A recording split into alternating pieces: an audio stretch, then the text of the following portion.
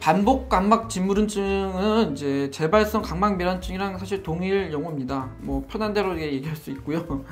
그 각막 상피가 그 실질부에 이제 제대로 이제 유착이 되지 않아서 자꾸 특정 부위가 들뜨고 이렇게 벗겨지는 이제 상태를 말하는데요. 왜 우리가 메모 포스트잇 용지 같은 게 점착력이 떨어지면 붙여놔도 자꾸 떨어지잖아요.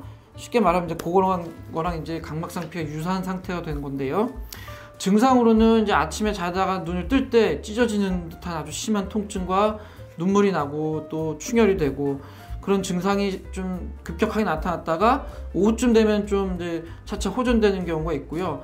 아니면 이제 낮 동안에 이제 눈을 많이 쓰고 모니터 같은 걸 볼 때 좀 건조한 증상이 생기겠죠. 그래서 잠자리에 들 때쯤에 심한 통증이 나타나는 경우도 많이 있습니다. 이런 증상은 그 각막 상피의 부착 복합체 이상으로 나타나는 걸로 우리가 이제 생각하고 있습니다. 부착 복합체란 그 각막 상피가 실질에 이제 잘 부착되도록 이제 접착제 역할을 하는 것인데, 그림에서 보면 이제 각막 상피가 있고 실질이 있습니다. 이 상피는 실질부에 그냥 이제 얹혀 있는 게 아니고 잘 붙어 있어야 되거든요.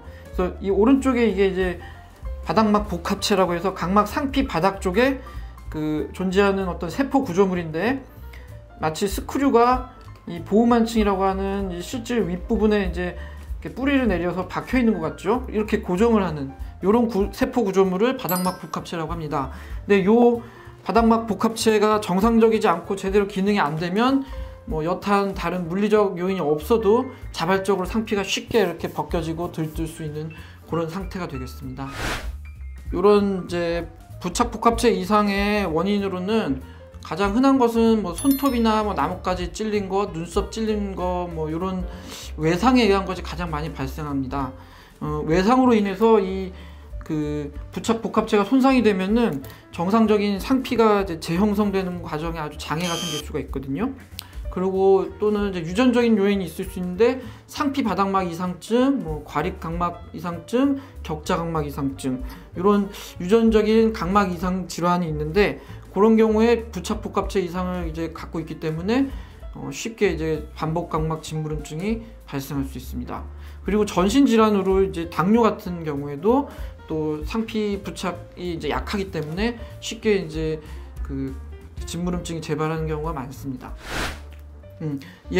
그 세극등 현미경으로 각막을 이제 관찰하게 되면은 초기에는 이제 이게 초기 소견인데 상피가 벗겨지진 않았지만 바닥과 분리되어서 이제 약해진 상태고, 이때는 약간의 통증이나 뭐 인물감 정도가 발생하는데, 이런 상태에서는 눈 깜빡임이나 뭐 이렇게 눈을 비비는 것만으로 이렇게 약한 물리적 자극에 의해서도 상피가 이렇게 아래 사진처럼 이렇게 벗겨질 수가 있습니다. 벗겨진 상피를 염색한 것인데, 이렇게 상피가 벗겨져서 떨어져 나가고 나면은 매우 심한 통증, 눈물 흘림, 충혈 이런 것 때문에 눈 뜨기 어렵고 병원에 이제 얼른 오시게 되죠. 치료 방법은 병변의 정도나 어떤 환자의 상태에 따라 다를 수 있는데, 크게 이제 비수술적인 치료와 수술적인 치료로 이제 나누어 볼 수 있습니다. 비수술적인 치료로는 우선 이제 고삼 투합 제제가 있어요. 그러니까 쉽게 말해서 이제 짠물 같은 이제 고삼 투합 제제를 눈에 투여해가지고 그 삼투압 차로 각막 상피 부종을 좀 이렇게 부종을 완화시키고, 그래서 상피가 이제 실질에 잘 부착될 수 있게 유도하는 방법을 쓸 수 있고요.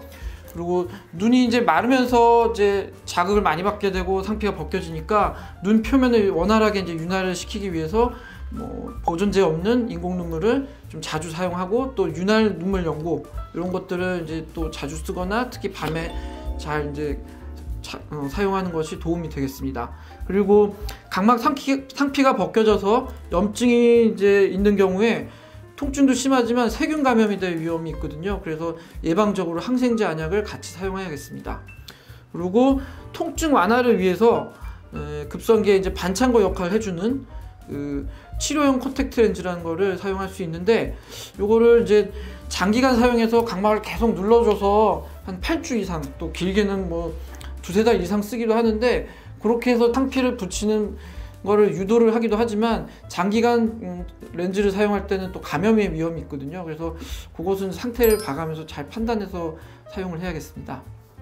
그리고 이제 수술적 치료로는 그 상피를 이제 제거하는 방법이 있습니다. 이미 이제 죽어서 이제 늘어진 상피는 제대로 이제 부착이 잘 안 되거든요. 그래서 아예 죽은 조직 제거술이라고 해서 데브리망이라고 하는데, 죽은 이제 상피를 좀 깨끗하게 제거해가지고 새로운 상피가 잘 자랄 수 있는 환경을 만들어주는 방법이 있고요.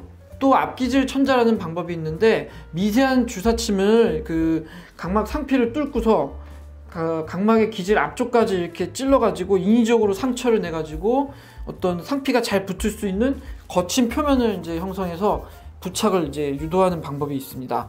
근데 눈에다 주사를 이렇게 한두 번도 아니고 수십 번을 이제 찔러야 되는데, 그렇게 되면 이제 환자분이 굉장히 이제 공포감이 이제 발생하고 치료 자체가 힘들어지니까 요즘은 이거를 이제 야그 레이저를 이용해서 사용할 수 있어요. 레이저는 이제 정면 주시만 잘 하고 있으면 일정한 깊이의 레이저 에너지로 염증을 이제 발생시키고, 이 앞기질 천자 동일한 원리로 이제 상피가 이제 유착되는 것을 유도할 수가 있습니다. 또 재발이 지속적으로 이제 발생하고 환자가 굉장히 힘들어할 경우에는 엑시머 레이저를 이용한 치료적 레이저 각막 절제술이란 걸 시행하기도 합니다. 이것은 이제 보호만층, 각막의 어떤 보호만층과 실질부를 이제 기질 앞부분의 실질부를 이제 변형을 시켜서 깎아서 변형시키고, 그럼 유착을 쉽게 되도록 유도하는 방법입니다. 예후에 관해서는 재발성 각막밀환증은 꾸준한 치료가 되지 않으면은 재발하면서 만성적인 경과가 될 가능성이 높습니다. 따라서 초기에 정확하게 진단하고 확실한 치료를 해서 강한 상피의 유착을 유도하는 것이 중요하겠습니다. 그리고 심각한 합병증은 별로 없는데, 급성기에 이제 상피가 벗겨지고 이럴 때는 세균 감염 위험이 높기 때문에 항생제 사용하면서 경과를 잘 관찰하는 것이 중요하겠습니다.